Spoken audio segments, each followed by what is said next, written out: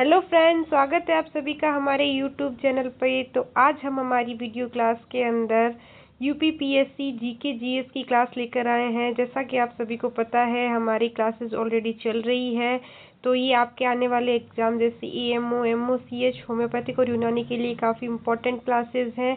आपके सभी एग्जाम में अलग अलग मार्क्स का जीके पूछा जाएगा और हम हमारी क्लासेस के अंदर आपको अच्छे से कवर करवा रहे हैं। और जीके का हमारा हिस्ट्री का टॉपिक चल रहा है, जिसके अंदर हम मिडाइवल हिस्ट्री पढ़ रहे हैं। जैसे कि आपके एएमओ के एग्जाम में 30 मार्क्स का पूछा जाएगा, एमओसीएच के एग्जाम में 50 मार्क्स का जीके जीएस का पार्ट रहेगा। सेम वे होम्योपैथिक और यूनानी में भी 30 मार्क्स का जीके जीएस का आपका पार्ट रहेगा। उसके अलावा अगर आप एमओसीएच के एस्पिरेंट्स हैं, एमओसीएच की प्रिपरेशन कर रहे हैं, तो आप सभी को पता होगा कि हमारे चैनल पर एमओसीएच के एग्जाम में आने वाला 25 मार्क्स का कम्युनिटी मेडिसिन का पार्ट की क्लासेस हमारे चैनल पर ऑलरेडी अपडेटेड है विद थ्योरी विद नोट्स। हमने सारी क्लासेस टॉपिक वाइज सारी क्लासेस करवाई है। आपको सारे नोट्स क्लासेस के अंदर अच्छे से पढ़ाए गए हैं, उसके साथ एमसीक्यूज भी करवाए गए हैं। तो उसके लिए आप हमारे चैनल पर विजिट कर सकते हैं। और अगर आपको वीडियो क्लासेस अच्छी लगे तो वीडियो को लाइक कीजिए, चैनल को सब्सक्राइब कर लें फॉर अपकमिंग वीडियो क्लासेस, और बेल आइकन को प्रेस करें ताकि सबसे पहले आपको वीडियो का नोटिफिकेशन मिल सके। और आपको अन्य कोई जानकारी लेनी है तो, या फिर अगर आपको क्लास के पीडीएफ और जो कम्युनिटी मेडिसिन की क्लास है उनके पीडीएफ चाहिए, तो आप हमारे टेलीग्राम चैनल पर जुड़ सकते हैं, जिसका लिंक हमने डिस्क्रिप्शन में दे रखा है। वहां पर जाकर आप टेलीग्राम चैनल को ज्वाइन कर सकते हैं। तो आइए हम स्टार्ट करते हैं हमारी आज की क्लास। और आज की क्लास का टॉपिक है हमारी क्लास के अंदर हमने जो प्रीवियस पढ़ा था, तो हमने मुगल सल्तनत के बारे में हम पढ़ रहे थे। तो मुगल काल के अंदर हमने मुगल शासकों के बारे में पढ़ा था, और उसी को कंटिन्यू करते हुए आज हम अगले मुगल शासक जैसे शाहजहाँ के बारे में पढ़ेंगे। तो शाहजहाँ का जो कार्यकाल था वो हमारा 1592 से 1666 ईस्वी तक का था। इनका पूरा नाम था शहाबुद्दीन मोहम्मद शाहजहाँ, जो कि मुगल वंश के 5वें शासक थे। इनसे पहले 4 शासकों ने शासन कर लिया था, जिनको हमने डिटेल हमारे प्रीवियस वीडियो क्लासेस में पढ़ाया है। आप सभी हमारे चैनल पर विजिट कर प्रीवियस वीडियो क्लासेस देख सकते हैं। और इनका शासनकाल 1628 से 1658 ईस्वी तक का था। और इनके पिता का नाम था जहांगीर, ये जहांगीर के पुत्र थे। और इनकी माता थी जोधाबाई जगत गोसाई, ठीक है, जिनका नाम था। और शासन की इनकी प्रमुख जो विशेषताएं थी, वो इनका जो कार्यकाल था शाहजहाँ का, उनको मुगल साम्राज्य का स्वर्ण युग माना जाता था। और क्योंकि इनके स्वर्ण युग कहने का कारण ये है कि इनका प्रशासन बहुत अच्छा था, इनकी न्याय व्यवस्थाएं बहुत अच्छी थी, कला, स्थापत्य और संस्कृति को बहुत अच्छा संरक्षण मिला था। तो इन सभी कारणों की वजह से ही इनके कार्यकाल को स्वर्ण युग कहा जाता था मुगल साम्राज्य का, ठीक है।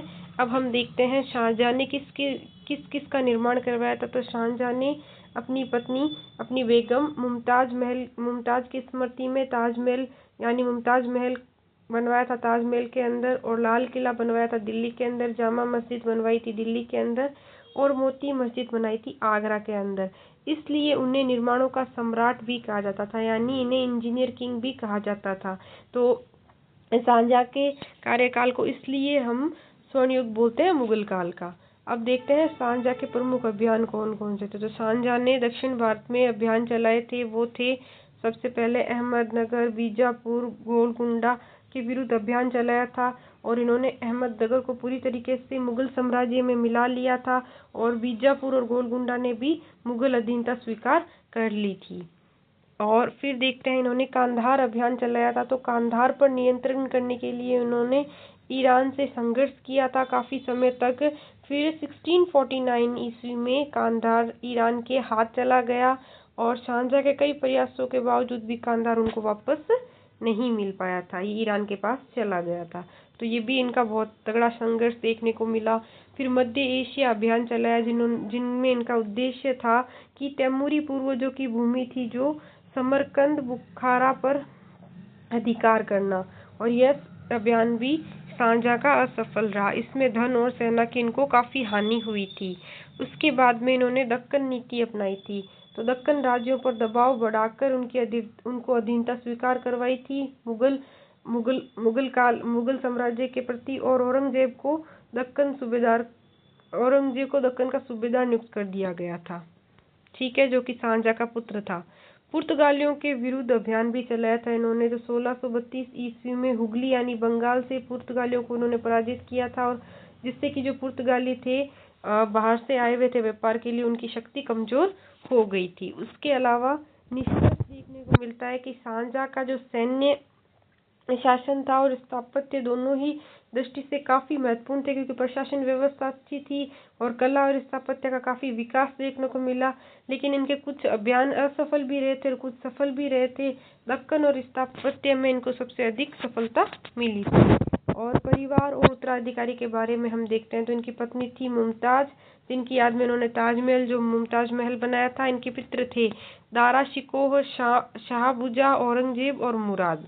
और औरंगजेब ने सत्ता हथियाकर शाहजहां को आगरा के किले में कैद कर दिया था। बेटे ने ही बाप को कैद कर लिया था। फिर इनकी मृत्यु हो जाती है 1666 ईस्वी में शाहजहां की, और इनका समाधि बनाई गई थी ताजमहल में आगरा में मुमताज महल के साथ। और शाहजहां की मृत्यु हुई थी कि शाहजहां अपने अंतिम वर्षों में गंभीर रूप से बीमार हो गए थे, और उनके बेटों में उत्तराधिकारियों का संघर्ष चला, उनका युद्ध हुआ, और औरंगजेब ने अपने सारे भाइयों को धोखे से हराकर सत्ता पर कब्जा कर लिया था। और 1658 ईस्वी में औरंगजेब ने शाहजहां को आगरे के किले में नजरबंद कर दिया था, और शाहजहां वहां पर 8 वर्ष तक कैद रहा, और 1666 में उसकी प्राकृतिक मृत्यु हो गई थी, और उन्हें ताजमहल में मुमताज महल के पास ही दफना दिया गया था। अब हम देखते हैं शाहजहां के बाद में औरंगजेब का शासन। तो औरंगजेब जो था वो मुगल साम्राज्य का 6वां शासक था, और इनका शासन काल देखा गया था 1658 से 1707 ईस्वी तक, और इनका पूरा नाम था आलमगीर औरंगजेब। और इनकी शासन व्यवस्थाएं थी कठोर और अनुशासित शासक था औरंगजेब, और इस्लामी कानूनों पर अत्यधिक जोर देता था। और साम्राज्य का सबसे अधिक विस्तार औरंगजेब के कार्यकाल में हुआ, और लगातार युद्धों के कारण साम्राज्य कमजोर भी हुआ। औरंगजेब का कार्यकाल तो हमने देख लिया, 1618 से 1707 ईस्वी तक का था। इनका परिचय था मोइनुद्दीन मोहम्मद औरंगजेब अल्मीगढ़, और ये मुगल साम्राज्य के 6वें शासक थे। इनका शासनकाल था 1658 से 1707 ईस्वी तक का। पिता थे शाहजहां, माता थी मुमताज, और राजधानी थी इनकी दिल्ली। और सत्ता की प्राप्ति इन्होंने शाहजहां के बीमार होने पर उत्तराधिकारियों का युद्ध हुआ, तो औरंगजेब ने अपने भाई दारा शिकोह और शाहबुज मुराद को हराया, और 1658 में सिंहासन पर बैठ गया था। शाहजहां को आगरा किले में कैद कर लिया था। औरंगजेब की मुख्य पत्नी थी दिलरस बानो बेगम। वो एक ईरानी सफवी वंश की राजकुमारी थी, और इनकी शादी लगभग 1637 ईस्वी में हुई थी। और दिलरस बानो बेगम को रबिया उद देरानी भी कहा जाता था। ये इनकी उपाधि थी। इनको रबिया उद देरानी की, जैसे जोधा को मरियम उद जमानी कहा जाता था, वैसे ही दिलरस बानो बेगम को रबिया उद दौरानी भी कहा जाता था। और उनकी याद में औरंगजेब ने बीबी का मकबरा औरंगाबाद में बनाया था। और उनके बच्चे थे बहादुर शाह प्रथम, औरंगजेब के बाद मुगल सम्राट बने थे जो, और आजम शाह और जेब उन निसा, और ये प्रसिद्ध विदुषी और कवियत्री भी थी जेब उन निसा। ये औरंगजेब के बच्चे थे। औरंगजेब के प्रमुख अभियानों में से सबसे पहला था दक्कन अभियान, जिसमें औरंगजेब सबसे लंबा और महत्वपूर्ण अभियान था। बीजापुर में 1686 में, गोलकुंडा को 1687 में जीतकर मुगल साम्राज्य में मिलाया था। मराठों जैसे छत्रपति शिवाजी, बाद में संभाजी से काफी लंबे समय तक युद्ध और संघर्ष देखने को मिला था औरंगजेब के साथ में। और दक्कन में लगातार, यानी दक्षिण की साइड लगातार युद्धों में खजाना खाली हुआ था। मराठा अभियान, शिवाजी को दबाने का प्रयास भी किया गया था। इसमें 1666 ईस्वी में शिवाजी आगरा से भाग निकले थे। संभाजी को पकड़कर 1689 में मृत्युदंड दिया गया, और इसके बावजूद भी मराठा शक्ति पूरी तरह से समाप्त नहीं हुई थी। फिर इनका संघर्ष देखने को मिलता है राजपूत अभियान में। तो मारवाड़ और मेवाड़ के राजपूतों से इनका संघर्ष देखने को मिला। राजपूतों से पुरानी मैत्री संबंध इनके टूट गए थे, जिससे कि उत्तर भारत में मुगल शक्ति कमजोर हो गई थी। अब इनका सिखों के विरुद्ध भी अभियान देखने को मिला। तो गुरु तेग बहादुर को 1675 ईस्वी में औरंगजेब ने मृत्युदंड दिया था। इससे सिखों और मुगलों में विरोध बढ़ गया था और बाद में गुरु गोविंद सिंह के समय सिख शक्ति काफी संगठित हो गई थी। जाट और सतनामी विद्रोह भी देखने को मिला। मथुरा क्षेत्र में जो जाट थे उनका विद्रोह देखने को मिला। औरंगजेब के कार्यकाल में सतनामी संप्रदाय का विरोध देखने को मिला और दोनों को ही कठोरता से दबा दिया गया था। उसके बाद में अहमदनगर और बीजापुर क्षेत्र में भी दक्कन में मुगल शासन को मजबूत किया गया था और औरंगजेब ने अपने जीवन के अंतिम जो वर्ष थे वो दक्कन में ही बिताए थे। ठीक है, उसके बाद में हम देखते हैं औरंगजेब के बाद जो मुगल सम्राट आए थे वो कौन कौन से थे और इसके बाद में ये सक्सेसर पीरियड स्टार्ट हो गया था मुगल साम्राज्य का। यानी इसमें मुगल साम्राज्य काफी कमजोर पड़ने लग गया था। ये इतने अच्छे शासक नहीं थे। इन्होंने इससे पहले वाले शासक थे वो अर्ली मुगल पीरियड के थे जिन्होंने बहुत अच्छे से शासन किया था।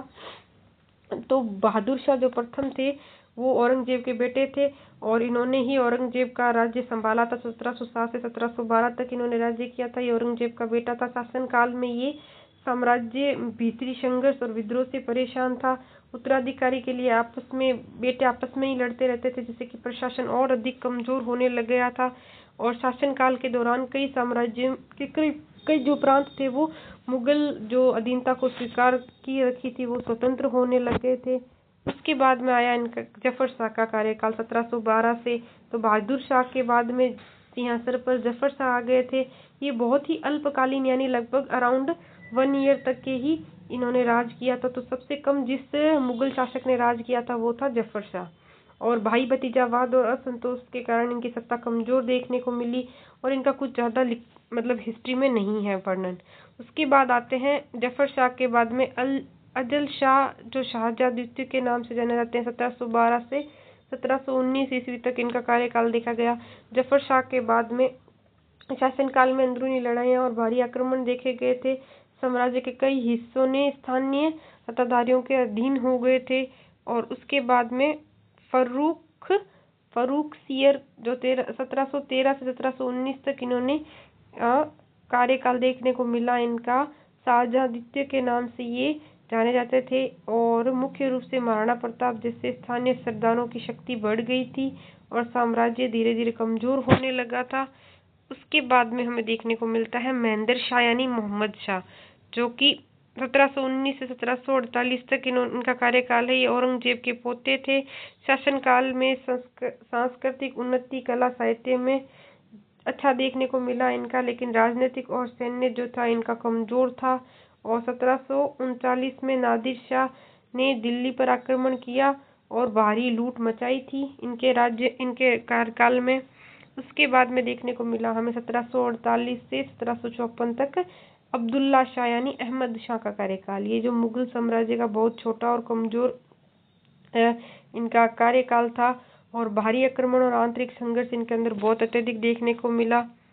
उसके बाद अली गाजी और शाह आलम द्वितीय जो 1759 से 1806 तक इनका कार्यकाल देखने को मिला। इनके कार्यकाल में अंग्रेजों और मराठाओं के प्रभाव में मुगल साम्राज्य अत्यधिक देखने को मिला था।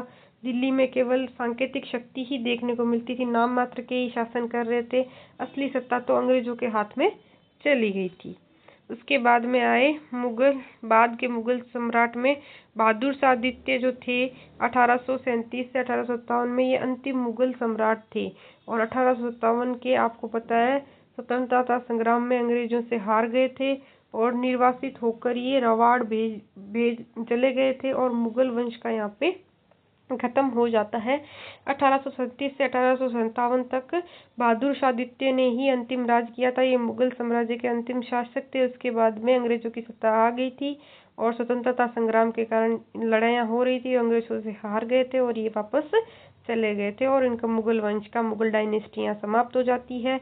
अब आगे आने वाली क्लासेस में हम मॉडर्न हिस्ट्री के बारे में पढ़ेंगे, जिसमें हम पढ़ेंगे कि कैसे हमारा ये आगे की जो 1857 की क्रांतियाँ वगैरह वो सब देखेंगे। यहाँ पे हमारा मध्यकालीन भारत का इतिहास समाप्त हो गया है। अब हम देखते हैं विशेषताएं। तो औरंगजेब के बाद में साम्राज्य टूटने लगा था और वो तो हम सबको पता है कि औरंगजेब के बाद में सक्सेसर मुगल पीरियड स्टार्ट हो गया था।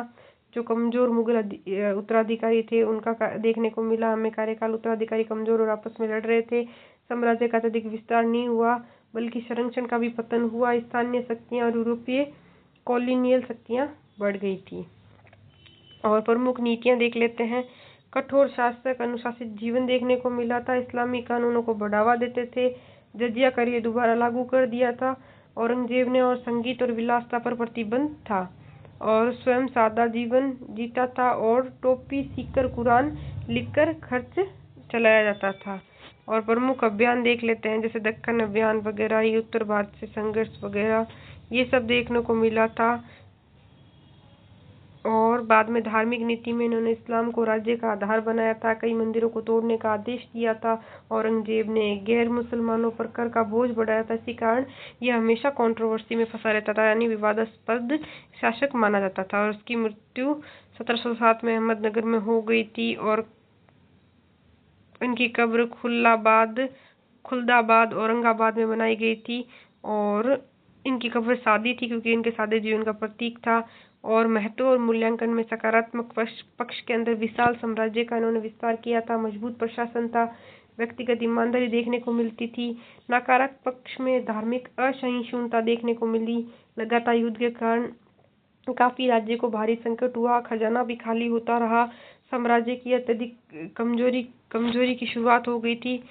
और उसके बाद में हमें देखने को मिलता है कि इम्पोर्टेंट टॉपिक मुगल शासक और सिख गुरु के बीच में जो संघर्ष हमें देखने को मिला। तो सिख धर्म की स्थापना की थी गुरु नानक देव जी ने 1459 से 1539 ईस्वी तक। और इसकी शुरुआत में जो सिख और मुगल शासकों के रिश्ते काफी शांतिपूर्ण थे, लेकिन समय के साथ धार्मिक असहिष्णुता, राजनीतिक डर और अन्याय के कारण इनके अंदर टकराव बढ़ता गया।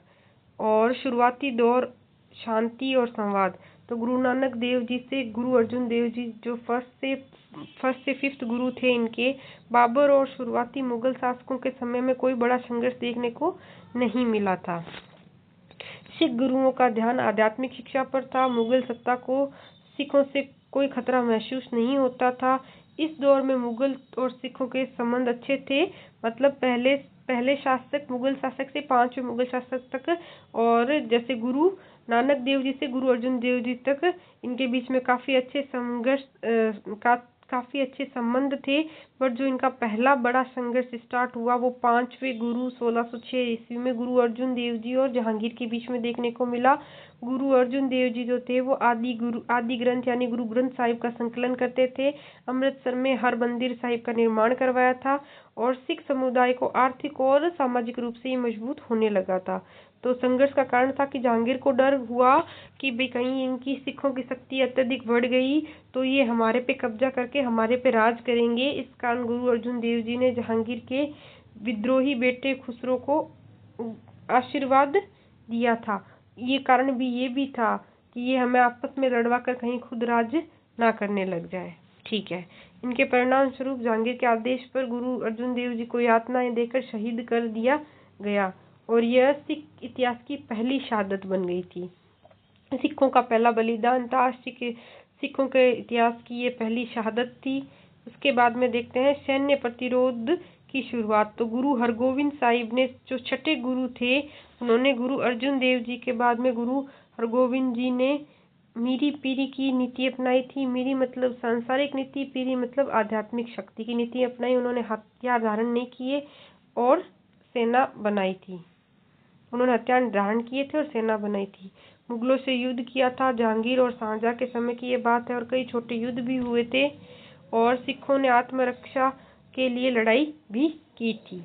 अब सबसे क्रूर दौर जब देखा गया तो औरंगजेब और तेग बहादुर के टाइम में देखा गया, क्योंकि औरंगजेब का कार्यकाल सबसे क्रूर था। इन्होंने गुरु तेग बहादुर को जो 9वें गुरु थे 1675 ईस्वी में, औरंगजेब कट्टर इस्लामी शासक था। उसने जबरदस्ती धर्म परिवर्तन करवाना शुरू कर दिया था और कश्मीरी पंडितों का मामला भी देखने को मिला। इसमें कश्मीरी हिंदुओं को इस्लाम अपनाने के लिए मजबूर किया जा रहा था और वे मदद के लिए गुरु तेग बहादुर जी के पास गए, जिसके परिणाम स्वरूप गुरु तेग बहादुर जी ने विरोध किया। दिल्ली में गुरु तेग बहादुर जी को सार्वजनिक रूप से शहीद कर दिया गया था और उन्हें हिंद की चादर भी कहा जाता है, गुरु तेग बहादुर जी को। और खालसा की स्थापना हुई। और अंतिम संघर्ष गुरु गोविंद सिंह के साथ हुआ, जो 10वें गुरु थे। 1699 ईस्वी में गुरु गोविंद सिंह जी ने खालसा पंथ की स्थापना की, सिखों को योद्धा बनाया और अन्याय के खिलाफ लड़ने का संदेश दिया था। और मुगल और पहाड़ी राजाओं से युद्ध हुआ। आनंदपुर साहिब के युद्ध के अंदर चामकौर का युद्ध हुआ। उनके 4 पुत्र थे। 4 साहिबजादों ने अपनी शहादत दी थी। बंदा बहादुर और सिख विद्रोह, बंदा सिंह बहादुर और सिख विद्रोह, जिसमें गुरु गोविंद सिंह जी के बाद बंदा सिंह बहादुर ने मुगलों के खिलाफ काफिर विद्रोह किया था। पंजाब में मुगल शासन को उन्होंने हिला दिया था। और संघर्ष के कारण जो धार्मिक असहिष्णुता देखी गई, उसके कारण काफी मुगलों और सिखों में संघर्ष देखने को मिला। सिखों की बढ़ती सामाजिक सैन्य शक्ति, मुगल शासकों का डर और अन्याय और जबरदस्ती धर्म परिवर्तन के ये खिलाफ थे। निष्कर्ष ये निकला, सिख और मुगल संघर्ष धर्म की रक्षा और मानव अधिकारों के लिए था। सिख गुरुओं ने कभी आक्रमण नहीं किया था। सबसे पहले मुगल ही उनको परेशान करते थे, उनको धर्म परिवर्तन करने के लिए प्रताड़ित करते थे और दूसरों पर अनाचार अत्याचार करते थे। तो उनके लिए सिख गुरु हमेशा आवाज उठाते थे। उन्होंने अन्याय के खिलाफ खड़ा होकर अपना बलिदान दिया था। यही कारण है कि सिख इतिहास शहादत, साहस और न्याय का प्रतीक माना जाता है। अब हम देखते हैं आज की हमारी क्लास के MCQ। तो अभी तक हमने जो पढ़ा, हमने शाहजहां का कार्यकाल पढ़ा, औरंगजेब का कार्यकाल पढ़ा, उसके बाद में जो सक्सेसर जो मुगल पीरियड थे, यानी जो कमजोर मुगल शासकों का कार्यकाल था, उनके बारे में पढ़ा। फिर हमने मुगलों और सिखों के बीच में जो संघर्ष हुआ उसको पढ़ा। और आज की क्लास जो हमने पूरी करी उसके हम MCQ देखते हैं। तो पहला क्वेश्चन है हमारी क्लास का, शाहजहां किस मुगल शासक का पुत्र था? ऑप्शन देखिए, बाबर, हुमायूं, अकबर, जहांगीर। तो आप सभी को पता है जो शाहजहां था वो जहांगीर का पुत्र था। नेक्स्ट क्वेश्चन है, ताजमहल का निर्माण किस मुगल शासक ने करवाया था? अकबर, जहांगीर, शाहजहां, औरंगजेब। तो आप सभी को पता है शाहजहां ने ताजमहल का निर्माण करवाया था अपनी बेगम मुमताज की याद में। नेक्स्ट क्वेश्चन है, शाहजहां के शासनकाल को किस कला के लिए जाना जाता है? सैन्य विस्तार, धार्मिक सुधार, स्थापत्य कला और कृषि सुधार। तो आप सभी को पता है स्थापत्य कला के रूप में शाहजहां के कार्यकाल को और स्वर्ण काल माना जाता है ये मुगलों के शासनकाल का। ठीक है, नेक्स्ट क्वेश्चन देखते हैं, औरंगजेब किस नाम से जाना जाता था? आलमगीर, जहांपनाह, शेरशाह, सिकंदर। तो आप सभी को पता है औरंगजेब का पूरा नाम था आलमगीर औरंगजेब। ठीक है, नेक्स्ट क्वेश्चन देखते हैं, औरंगजेब ने किस धर्म की नीति को अत्यधिक बढ़ावा दिया था? बौद्ध, जैन, इस्लाम, ईसाई। तो आप सभी को पता है ये धार्मिक असहिष्णुता, धार्मिक कट्टरता औरंगजेब के कार्यकाल में देखी गई थी। तो और इसने इस्लाम धर्म पे काफी अत्यधिक जोर दिया था। नेक्स्ट क्वेश्चन देखते हैं, जजिया कर को पुनः लागू करने वाला कौन सा मुगल शासक है? तो अकबर, शाहजहां, जहांगीर, औरंगजेब। तो आप सभी को पता है जो औरंगजेब था उसने जजिया कर को पुनः, जैसे जो धार्मिक यात्रा के लिए जाते थे उनको टैक्स देना पड़ता था, ये लागू कर दिया था औरंगजेब ने, इसको हटाया था अकबर ने। ठीक है, नेक्स्ट क्वेश्चन देखते हैं, सिखों के 5वें गुरु कौन थे? गुरु नानक देव, गुरु अंगद देव, गुरु अर्जुन देव, गुरु तेग बहादुर। तो आप सभी को पता है गुरु अर्जुन देव जो थे वो सिखों के 5वें गुरु थे। नेक्स्ट क्वेश्चन देखिए, गुरु अर्जुन देव जी ने किस मुगल शासक के समय शहीद किया गया था? अकबर, जहांगीर, शाहजहां, औरंगजेब। तो आप सभी को पता है जहांगीर के टाइम पे अर्जुन देव जी को शहीद किया गया था। नेक्स्ट क्वेश्चन देखिए, गुरु तेग बहादुर जी को किसने मृत्युदंड दिया था? ऑप्शन है अकबर, जहांगीर, शाहजहां, औरंगजेब। तो आप सभी को पता है औरंगजेब ने ही गुरु तेग बहादुर जी को मृत्युदंड दिया था। नेक्स्ट क्वेश्चन है, खालसा पंथ की स्थापना किस गुरु ने की थी? गुरु अर्जुन देव, गुरु तेग बहादुर, गुरु गोविंद सिंह, गुरु नानक देव। तो आप सभी को पता है गुरु गोविंद सिंह ने खालसा पंथ की स्थापना की थी। नेक्स्ट क्वेश्चन देखिए, मुगल और सिख संघर्ष का मुख्य कारण क्या था? व्यापार विवाद, धार्मिक असहिष्णुता, भाषा विवाद या भूमि कर। तो आप सभी को पता है धार्मिक असहिष्णुता ही हमारे मुगल और सिख संघर्ष का मुख्य कारण बनी थी। नेक्स्ट क्वेश्चन देखिए, अंतिम सिख गुरु कौन थे? गुरु तेग बहादुर, गुरु अर्जुन देव, गुरु गोविंद सिंह या गुरु हरगोविंद। तो आप सभी को पता है गुरु गोविंद सिंह जी थे जो हमारे अंतिम सिख गुरु थे, अंतिम सिख शासक थे। ठीक है, तो ये है हमारी आज की क्लास के एमसीक्यूज। अगर आप सभी को आज की क्लास अच्छी लगे तो वीडियो को लाइक कीजिए। अपकमिंग क्लासेस के लिए आप चैनल को सब्सक्राइब कर लें और बेल आइकन को प्रेस करें ताकि आपको जल्दी से जल्दी नई क्लास का अपडेट और नोटिफिकेशन मिल सके आपके मोबाइल पे। और आपको कोई अन्य जानकारी चाहिए तो आप हमारे टेलीग्राम ग्रुप पे जुड़ सकते हैं, उसका लिंक हमने डिस्क्रिप्शन में मेंशन कर रखा है। और पीडीएफ भी चाहिए वो भी आपको टेलीग्राम पे मिलेगी। मिलते हैं हम हमारी नेक्स्ट क्लास में नेक्स्ट वीडियो के साथ। Thank you.